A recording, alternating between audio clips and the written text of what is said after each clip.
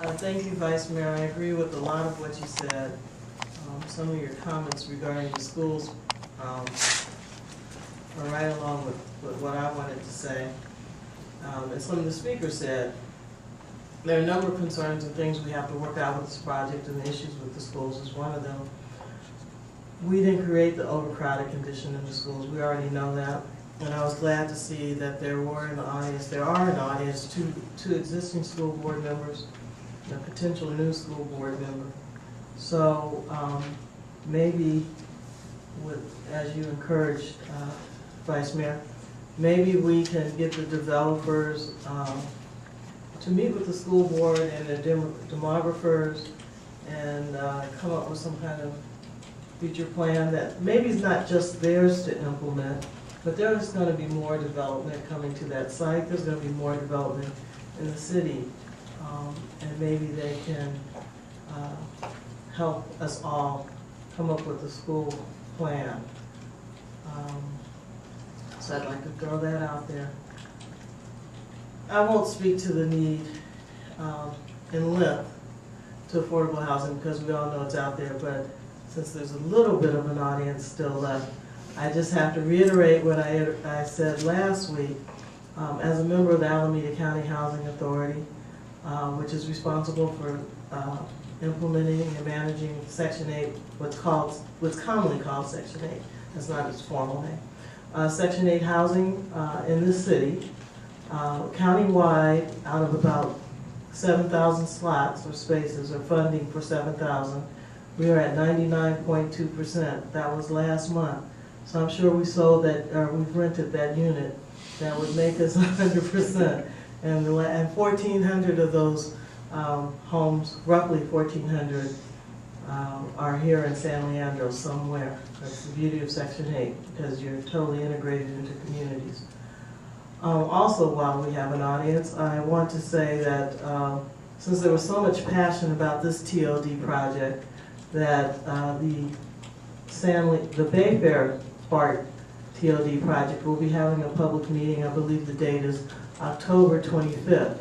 So let it be said that I told everybody that that meeting is coming, and you can email me or call me and I will verify the date, and Mr. Katz can put it on his blog, and Mr. Lynn can put it on his blog, and CORE can put it on their website, and we'd love to see you all.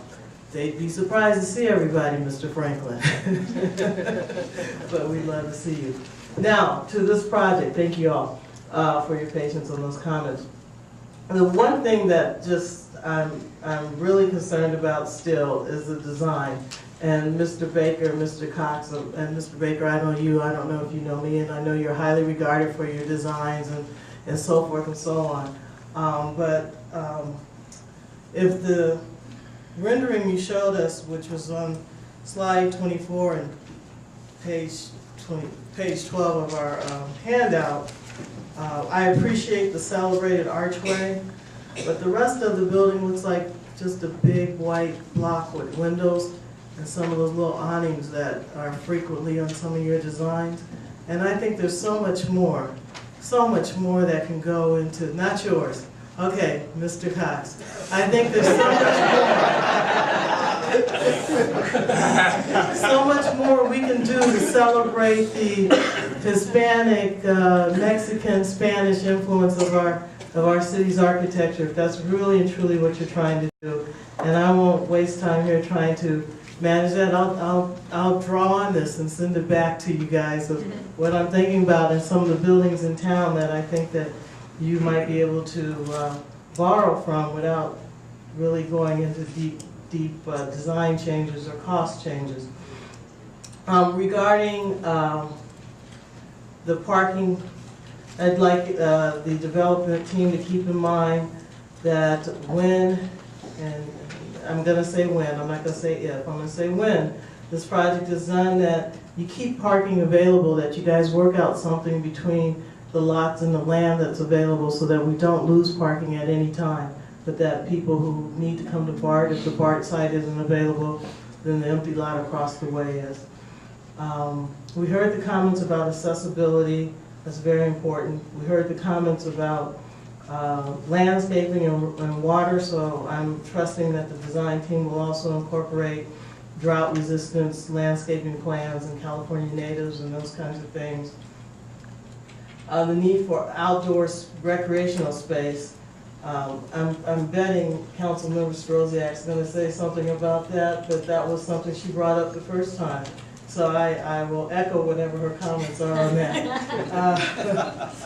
Also, in the design, to the architectural team, not so much tonight, but in some of the emails we've gotten, people, maybe out of their fear, maybe out of whatever, they picked up on this whole safety thing.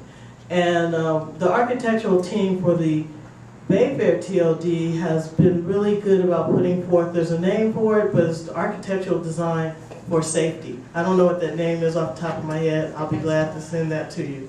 Lydia, no. Defensible space? Yeah, defensible space, sounds good. But it's like not having stairwells that go into a black hole or other kinds of designs. And the location of the retail is important. Maybe that location works, but I think we should keep that in mind. And then finally, I'm going to need Councilmember Gregory's help with this. But we went to a presentation at the Local Government Commission where in helping to manage the parking in cars, part of the development had 5 or 6 cars that people pay for through their home ownership or the HOA fees or something. Remember, you could use those cars whenever you wanted to. Zip cars. Were they zip cars? Yeah. Okay. All right. So let's think about that too. Thank you. That's my list.